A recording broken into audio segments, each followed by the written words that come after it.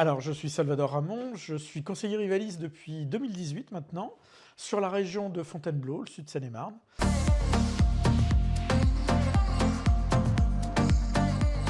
Alors, quand j'ai passé le cap de mon ancienne mission, il y avait une évidence pour moi, j'avais déjà été entrepreneur dans les années 90. Pour moi, c'était une évidence que j'allais repartir sur de l'entrepreneuriat. Quoi, comment, je ne savais pas encore, j'avais plusieurs idées forcément, racheter une entreprise, en créer une autre, etc.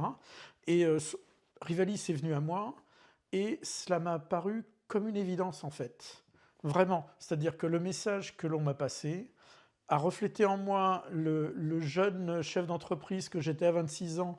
Je m'étais dit, mais si j'avais été accompagné comme ça, si j'avais eu ça à l'époque, ben, ça aurait été un petit peu moins fouillis, ça aurait été structuré, organisé, et probablement que j'aurais continué différemment, beaucoup mieux. Donc déjà, pour moi, c'est important. Et dans mon métier, ensuite, je voyais des artisans du bâtiment, puisque moi j'étais dans le bâtiment, où on voyait qu'à un endroit précis, on avait deux artisans à peu près de la même taille, de la même compétence.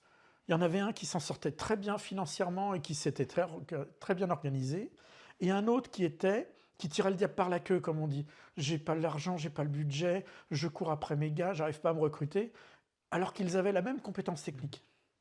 Et là, j'ai dit, mais ouais, c'est là où je peux avoir une valeur ajoutée plus que pertinente. Voilà, c'est pour ça que ça m'est apparu comme une évidence.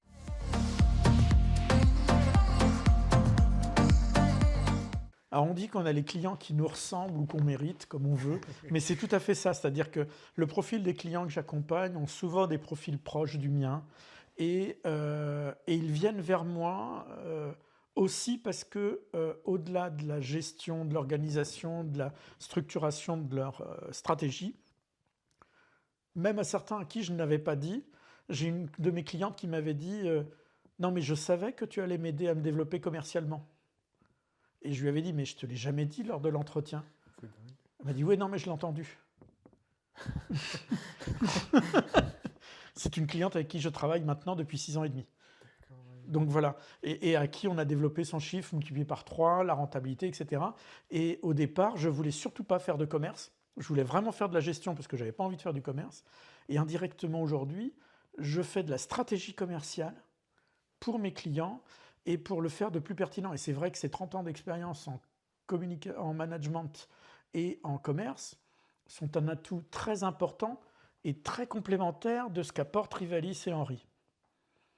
Donc, les clients qui viennent vers moi ont souvent, ou en tout cas je les identifie, pour moi le fait qu'ils n'aient pas assez de chiffre d'affaires quand je les signe n'est pas forcément un problème.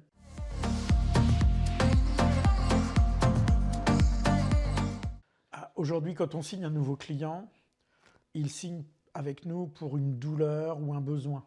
D'accord ? Et donc au départ, on va commencer à répondre à cette douleur, à ce besoin, on va mettre en place le changement. Et au fur et à mesure des mois, va se créer une relation de réelle confiance où, sans vraiment parler d'amitié, il y a une vraie confiance, d'amitié pour certains. Et moi, j'ai plusieurs de mes clients, surtout au début, quand j'ai démarré, où je disais, bon, bah, j'ai un client qui me dit, tu te rends pas compte de tout ce que tu fais pour moi? Et à quoi j'ai répondu, bah non, je m'en rends pas compte. Enfin, c'était tellement normal et naturel que je m'en rendais pas compte. Et là, cette personne m'a dit, bah regarde, tu as réussi à me faire faire ça, à ça et ça. Ah ouais, ah ouais, je suis vraiment utile. Et aujourd'hui, je n'ai plus besoin qu'on me le redonne, je le sens. Mais je crois que c'est ça fait partie de mon c'est mon principal levier de motivation. C'est de dire, se sentir utile et apporter des choses totalement irrationnelles aux clients. Oui, effectivement, ça débouche sur de la trésor, de la rémunération, de l'investissement. Mais la sérénité, c'est pas quantifiable. Je répète encore, cette même cliente qui m'avait dit il y a quelque temps déjà, la nuit où je dors le mieux, c'est le soir où tu es venu faire la journée pilotage avec moi. Parce que je sais exactement où j'en suis, je sais ce que j'ai à faire, je sais les actions que je dois mener, je sais quelles sont les relances à faire, et à partir de là, je suis sur des rails. Et ça se dégrade jusqu'au rendez-vous suivant. Ah oui, c'est puissant, c'est fort. C'est fort, hein? Ça monte. Et donc ça, rien que ça, bah Bah ouais, ça c'est effectivement, c'est pas quantifiable en euros, Bien sûr. mais ça fait de la fidélité dans la durée. Et puis avec d'autres clients, bah, tu fais ta mission de 2 ans, tu l'as emmené d'un point A à un point B, mission accomplie, merci, et à la prochaine.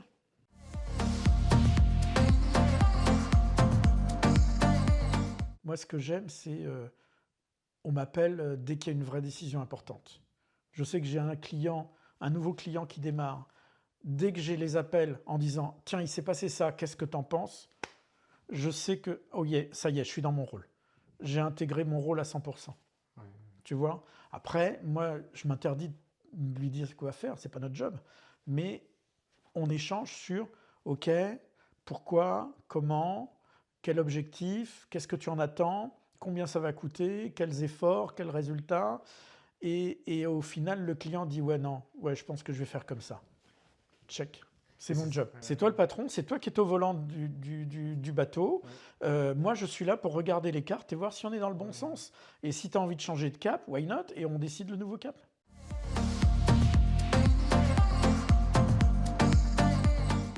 Mais j'ai une cliente qui a réussi à recruter, à embaucher et payer son mari. Pour elle, c'était important. Pour elle, c'était important. Et du côté anachronique, c'est-à-dire que monsieur a 15 ans de plus qu'elle et c'est elle qui le recrute et c'est elle la patronne. C'est devenu un jeu. C'est devenu un jeu entre eux, très, très, plutôt bien. Hein, mais voilà, ça peut être sympa, c'est de dire, bah ouais, j'ai réussi à recruter mon mari et comme ça, on est ensemble tout le temps. Ouais, Et c'est pour ça. eux, c'était un besoin.